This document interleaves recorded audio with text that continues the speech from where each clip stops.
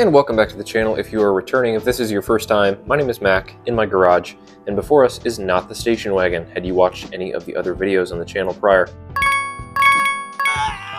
It's been a little over a month now since I last posted, but in all fairness, I have been neglecting to do a couple projects on my 1972 Dodge D200 pickup truck that you see before us. I'll leave a small timestamp up in the top left corner of the video, and that way you know exactly where to skip ahead to in case you don't want to stick around for this small little brief overview that I'm about to give, and you just want to head right into the main content of the video.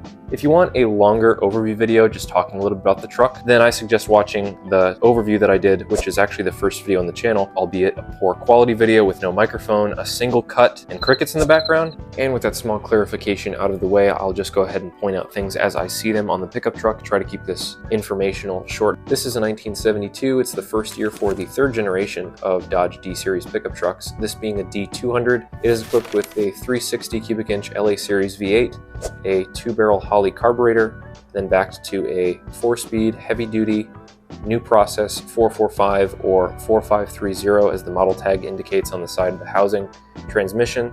And then moving to the rear end, we have a heavy duty Dana 60 with 456 gears. This is equipped with both the Camper 9000 towing package as well as the Adventurer SE trim package, the highest trim package that you could get in this year. This pickup truck is no exception. It has power steering, power brakes, it has air conditioning from the factory, although I am missing the condenser and a couple of the other components.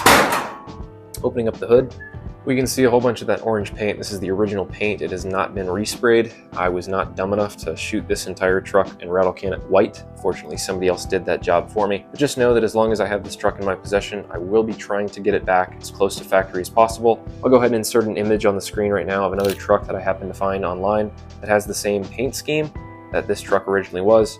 That's what it's going back to. But pretty clean for what it is. Aftermarket coolant overflow tank, and then also the incorrect washer wiper fluid reservoir. But nonetheless, it's all there. Not a whole lot of cuts or nicks to the factory wiring harness. None of that has really been tapped into, thank goodness. And then if we take a look at the interior, part of the Adventurer SE package that this has, so you got the full width door panels, map pocket, chrome trim, armrest, and the wood grain insert with the little Adventurer SE badge that sits right atop by the window crank. But then we've got the same wood grain that appears on the dash and this lower piece of trim that rides just underneath the air conditioning vents. Pretty interesting color combination, the orange and white exterior that this truck would have been, and then this kind of almost goldish saddle color that the interior is. Very, very striking. All the gauges work, all the lights work, except for the air conditioning. That's the only thing that does not work, as I'm missing some of the components. You got the Adventurer SE package, you got the dress up for the pedals.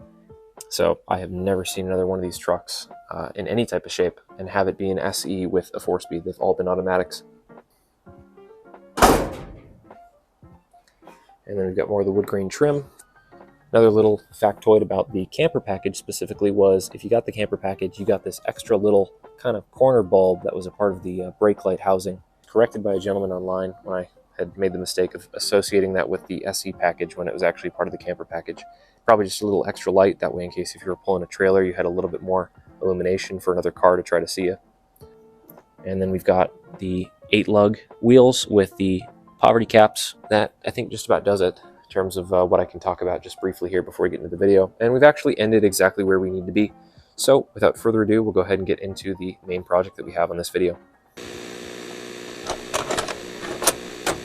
We're going to be taking off the drum brake and redoing the hardware, everything pretty much except for the wheel cylinder for this Dana 60 setup here in the back. And just to help us, I've got my super high-tech expensive lighting setup. I've also managed to pick up some new brake shoes, as well as the hardware kit with the springs and the retainers, and then a new inner and outer bearing with the inner seal. But pop the hubcap off and we'll just get right into it.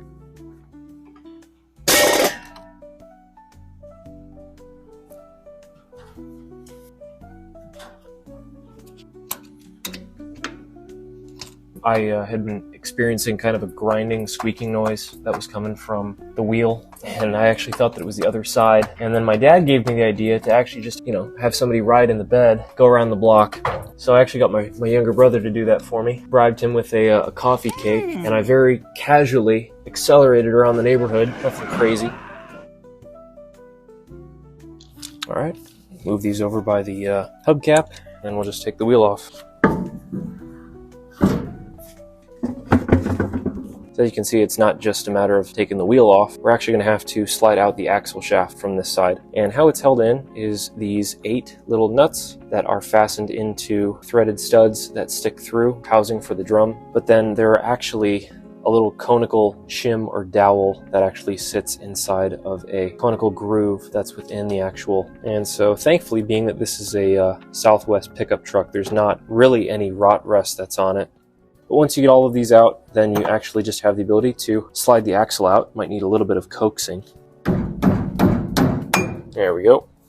And it should just slide out like so.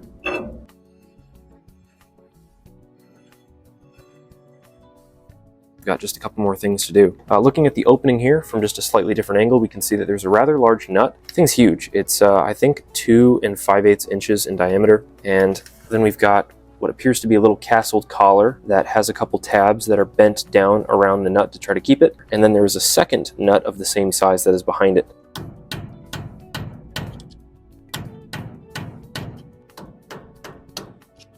Two 5/8 6-point socket, and I actually had to file down the corners here because they were actually contacting this outer perimeter.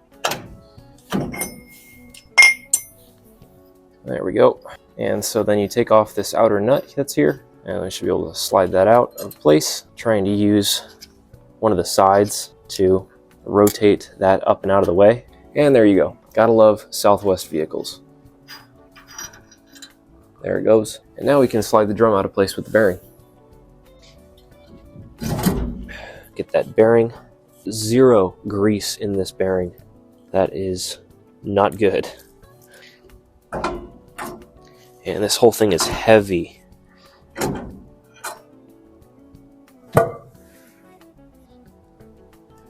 Just want to go ahead and do a visual inspection on things. I can definitely feel where there's some ridges that are in the shoe. Want to inspect the race on both the inside of the drum as well for any big deep gashes or grooves. The inner wheel seal is shot, and it really doesn't look at all like that inner bearing is greased at all, just like the outer. And then if we inspect the actual drum surface, and it is pretty substantial. It's close to 11 o'clock at night, and everywhere is closed, so I do not have the opportunity right now to throw the drum in the car, but have it resurfaced just yet. So I'm going to actually have to cobble this back together right quick, just so I can at least move the truck back into the garage. We'll spare you the trouble of watching that process, and I shall see you in the morning.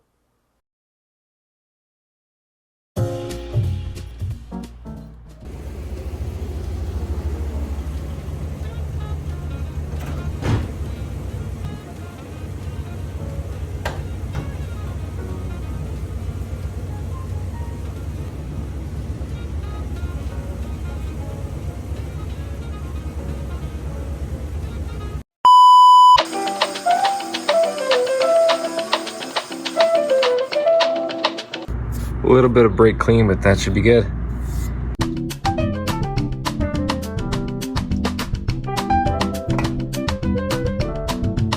Finally got it. Man.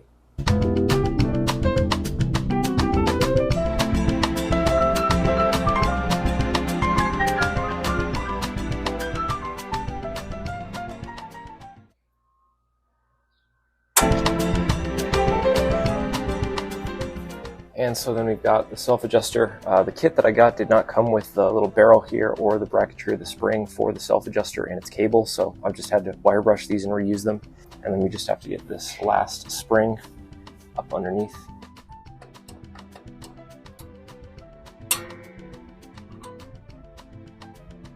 There we go. So that's in place, and then we can finally move the cable back around. Just like that. And what we can do is we can just move over, clean out the drum, get these new bearings packed with fresh grease, and installed with that inner wheel seal.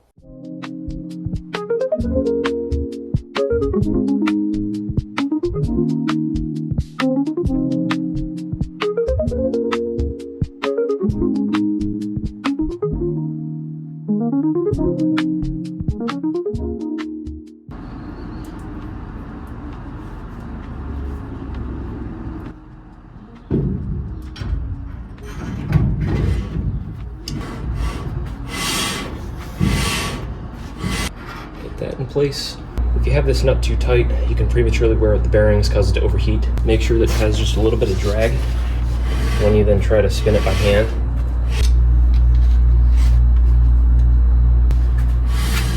Just a little bit of drag. Get the axle shaft bolted up, do a quick time lapse of that, and we'll get the wheel back on, and that should do it.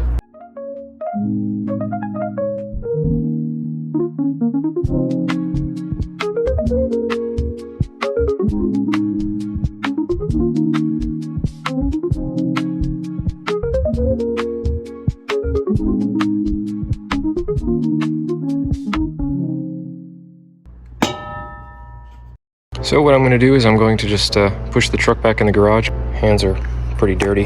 Got a couple cuts in my knuckles, and I feel exactly how I look right now. A quick shower, probably a nap, and I'll meet you guys on the back end a little bit later. We'll wrap this video up.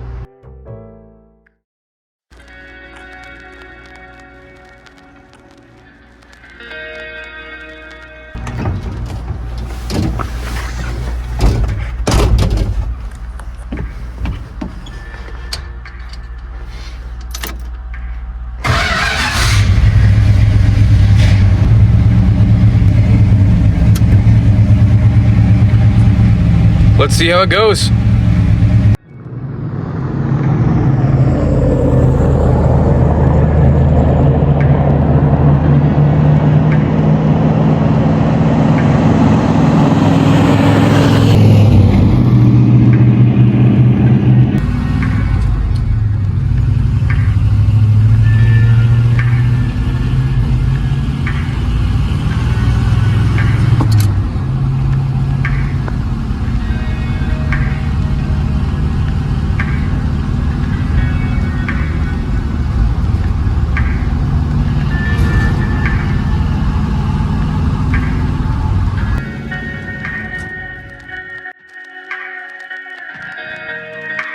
Much appreciated to those of you who watched this far, and with no squeaks or grinding, I'm down the road and on to the next project.